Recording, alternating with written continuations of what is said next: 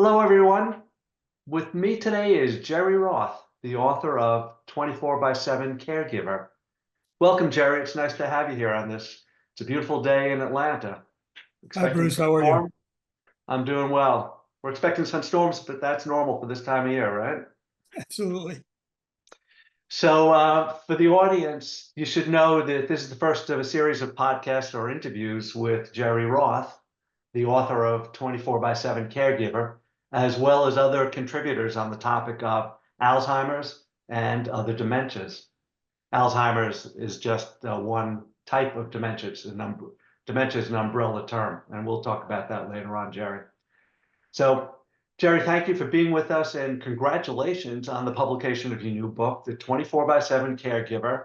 It's the everyday battle with Alzheimer's, stories in poetry, and I emphasize poetry because this is so well done. It's very moving.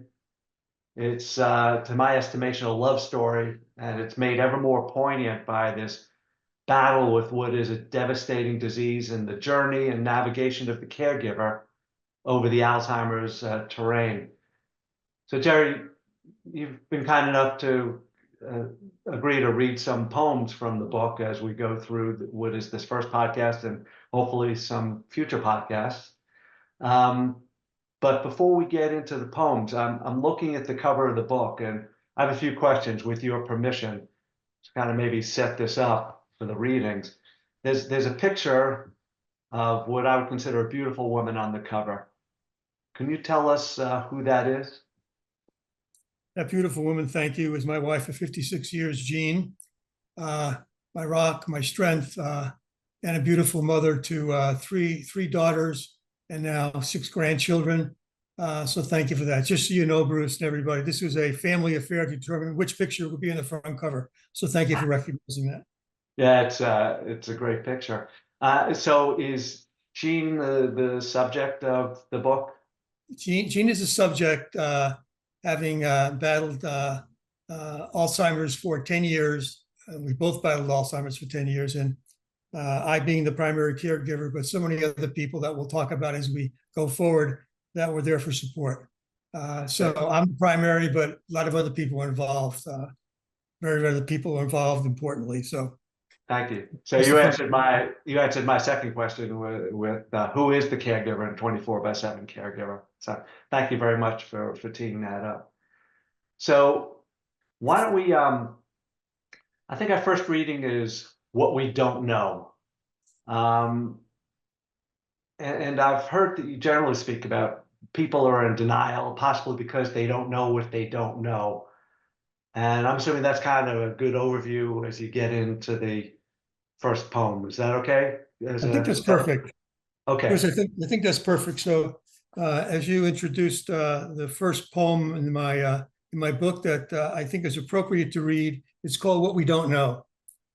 And I just want to say I wrote this book, I write this story after I finished writing the book because I was bothered about the general community not really understanding what this plight was that Gene and I and so many other millions of people are part of. What we don't know. On the surface, we know dementia, Alzheimer's. For older people, right? Well, maybe not, but maybe just for older people. We don't understand what it is. What is it really? Most people generally know, or specifically know, someone who has had or someone affected. But we brush it off by telling ourselves, these affected people are older. Well, they lose memory. They forget names. They misplace things. We brush it away. People don't understand what it is. What is Alzheimer's? Let me try and put it simply. Our system of brain cells is connected, like a communication network, each dependent upon each other.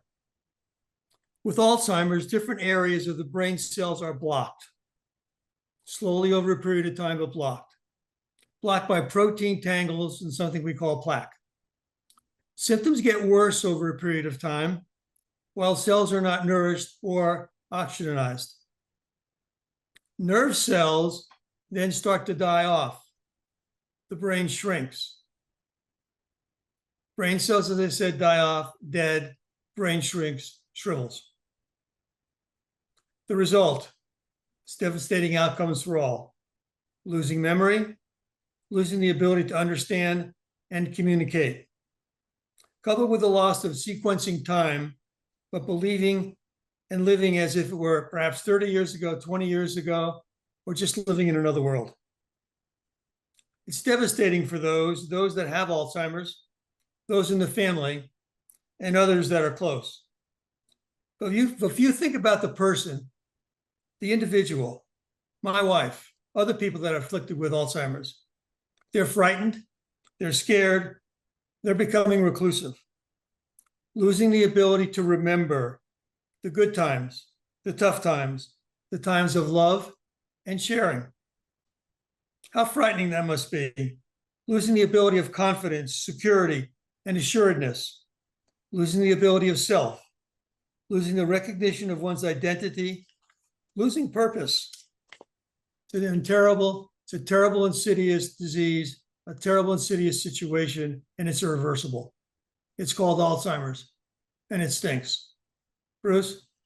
Yeah, a terrible, insidious, irreversible situation. For anybody connected to the disease probably knows that, but not to the degree that you experienced it. So let me ask you a question. In the poem, well, they lose memory, they forget names, they misplace things, we brush it away. But isn't that normal aging? I mean, why would someone brush it away?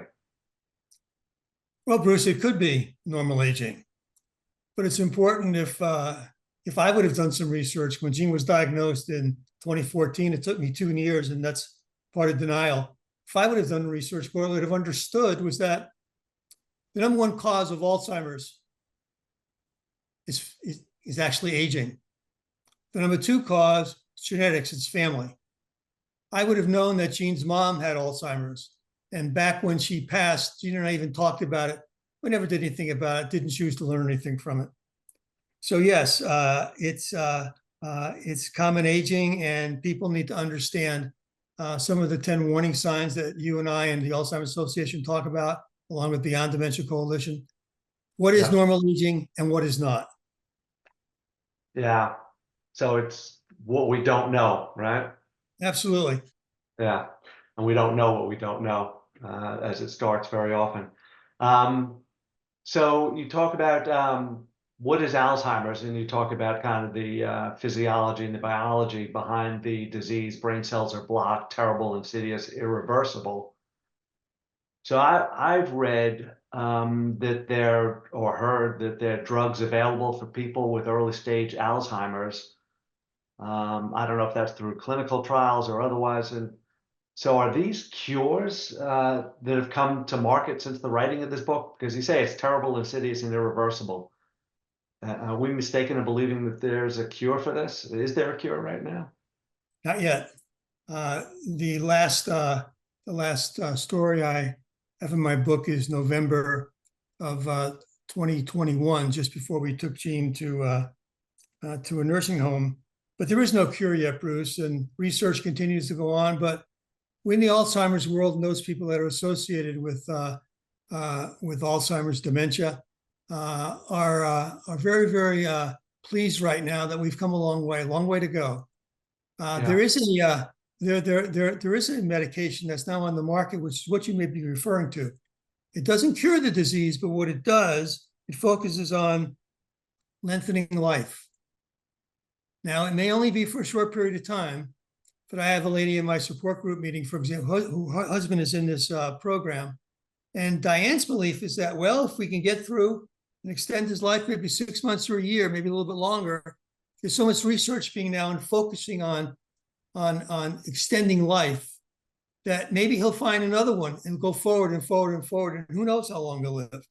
So that's a perspective of what's going on. The name of the drug is Leqembi. It's been passed by the FDA, and it also has been approved by Medicare. Thank you for that. And assumably, when we extend life, hopefully we're also improving the quality of that extended life, which it sounds like we might be doing. So devastating outcomes for all. And I'm going to focus on the words "for all." Can you give us an appreciation of those that were included in the for all? We were an outgoing family and lived in many different cities around the country. My mother-in-law always used to joke I couldn't hold a job. That was really not true. But anyway, we had particularly Jean, who was involved in the art world, involved in music, involved with interior design. Her tentacles went out everywhere. She made a lot of friends and was involved with a lot of people. And when she was diagnosed here, of course, people get to know about it. They don't know a lot about it.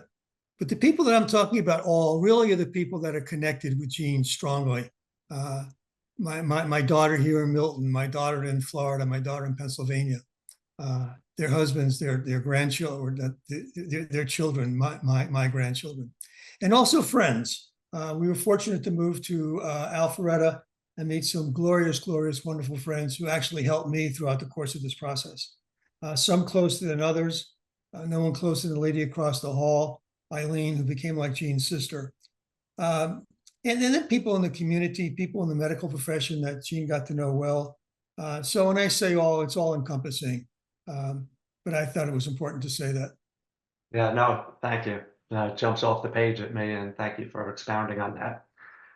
So for reading number 2, which is called Preface, which begins the stories and poetry, the book, you said that the first reading, What We Don't Know, was written after you actually wrote the rest of the poems.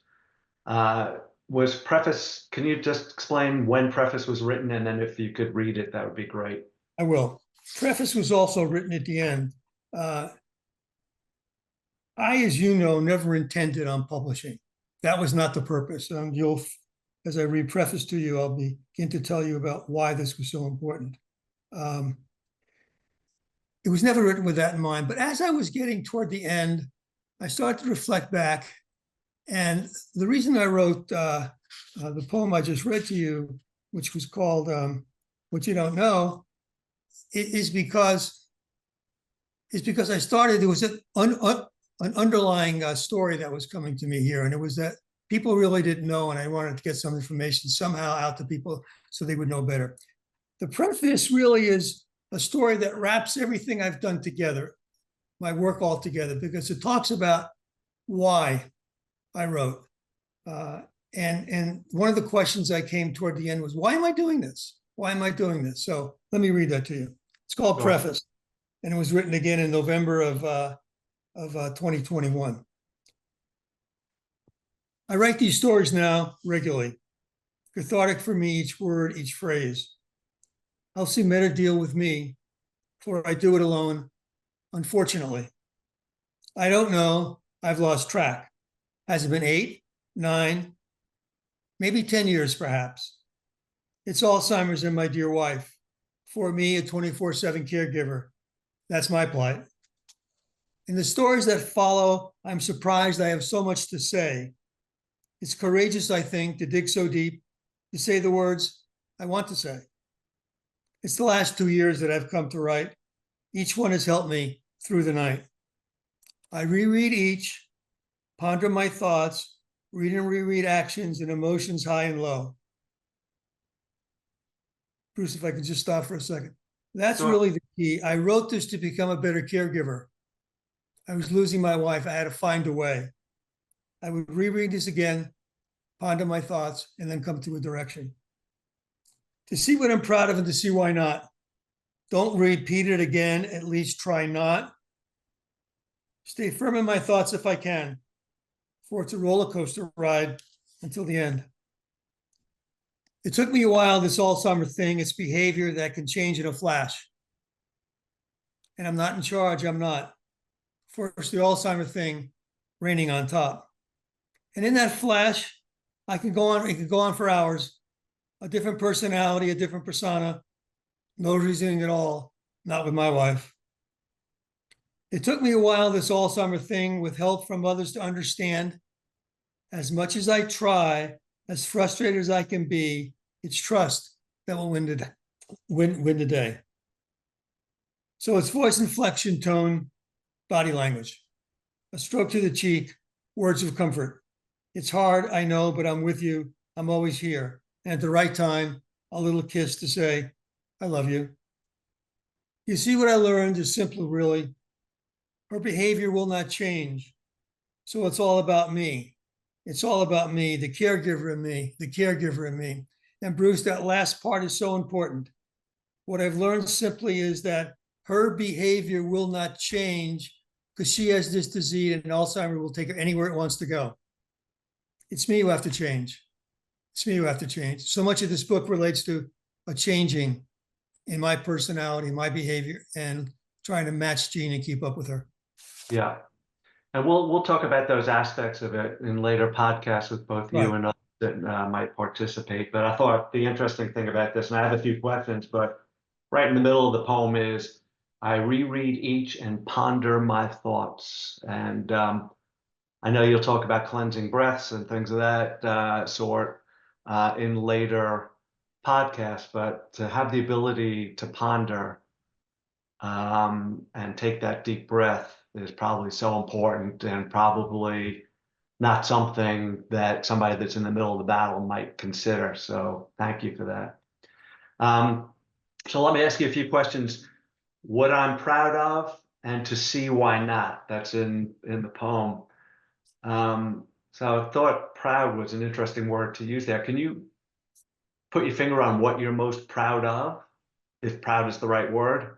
And what do you regret or wish you had done better? Are there regrets? Let me ask. Go ahead. The question about proud is an interesting one. It wasn't until maybe sometime after I went back to read it, the word proud jumped out at me as it jumped out at you. And I said, am I really proud? Or maybe it's just a feeling of satisfaction, many times not being satisfied. And, you know, I spent a lot of time talking about this to myself and to others, and a little bit to you at the same time. And it took me a while to go back and reflect upon what had occurred. And I can tell you now, it wasn't too long ago that as I reflect back, I am proud. But I'm proud in a different way, perhaps, than people may think. I'm proud of it all. I'm proud of the fact that Jean and I walked this path together, holding hands, reflecting upon one another.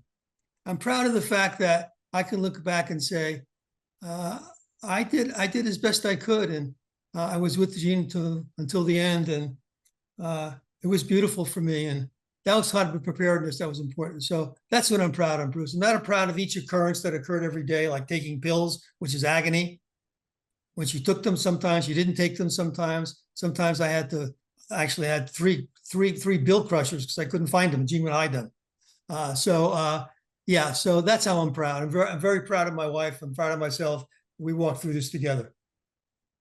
Yeah, I had another question written down, prepared to ask, but I think this is it's not an appropriate question because well, I'll read the question and I'm going to tell you, and I'm hoping maybe you can answer it in some way. But it came to mind, you know, was it fair or is it fair to ask you how would you rate yourself as a caregiver? And I think from what I've heard, caregiving is so dynamic, and yeah, it's probably not possible to rate yourself, and I'm afraid using the term rate will marginalize what you've just read and how you've experienced this and how you've expressed it in poetry. So I'd like to take the question back unless you say maybe it's a valid question.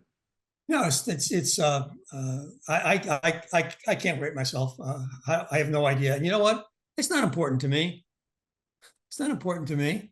It is what it is, and as I said to you before, now I am now proud. So why don't we just leave it that way? No, thank you for that. I appreciate that. So let me ask you, stay firm in my thoughts if I can, for it's a roller coaster ride. So can you tell us what stay firm in my thoughts is all about? Yeah. As I talked about at the beginning of the poem I just finished, is that writing these stories were cathartic for me. To me, the word cathartic means I go back and reread it, and I think about it, and I'd work in my own mind, and we'll talk about this a little bit later, I know, how I prepare myself. And be firm in my thoughts is a reflection upon thinking about how to approach the kind of difficult behavior, in some cases bizarre behavior that I was confronted with the gene. So that's what it is reminding myself to stay firm in my thoughts being stay with it, stay ahead of it, let it go. It'll finally end, although it doesn't seem so, and everything will be fine again, or at least back the way it was before. That's what it relates to, Bruce. Yeah, no, thank you for that. I appreciate it.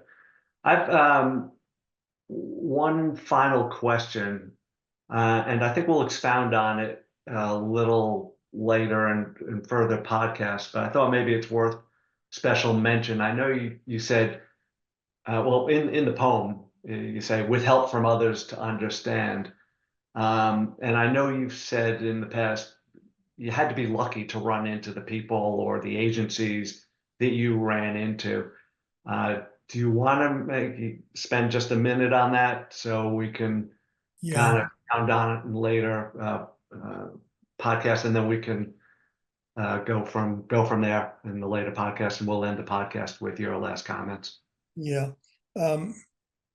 I think luck happens when you're out there making something happen, but then it takes the individual to understand this is a rare time, go after it.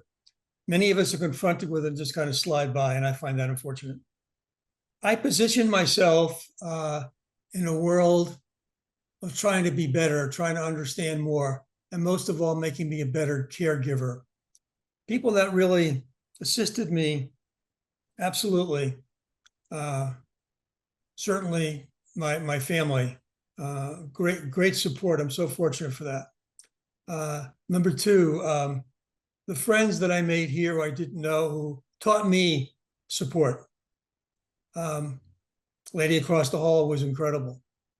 But really what helped me was a senior caregiver support specialist who I came to meet through asking questions, actually at a support group meeting.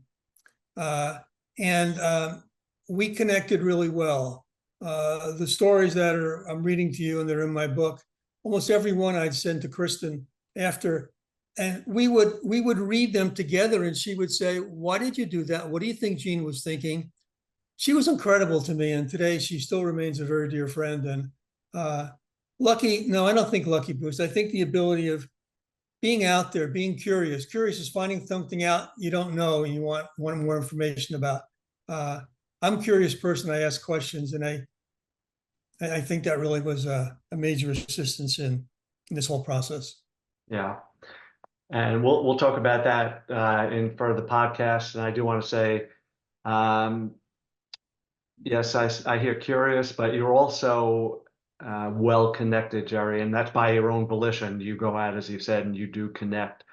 And so maybe in later podcasts, we can talk about how we can encourage people to find the right resources if they're not inclined to connect in the same way you are, and feel comfortable that there are others out there that can help. And so with that, Jerry, I'm looking forward to our next podcast, and thank you so much for being here today. It's moving and inspiring at the same time. Thank you very much, Bruce. I look forward to the next time.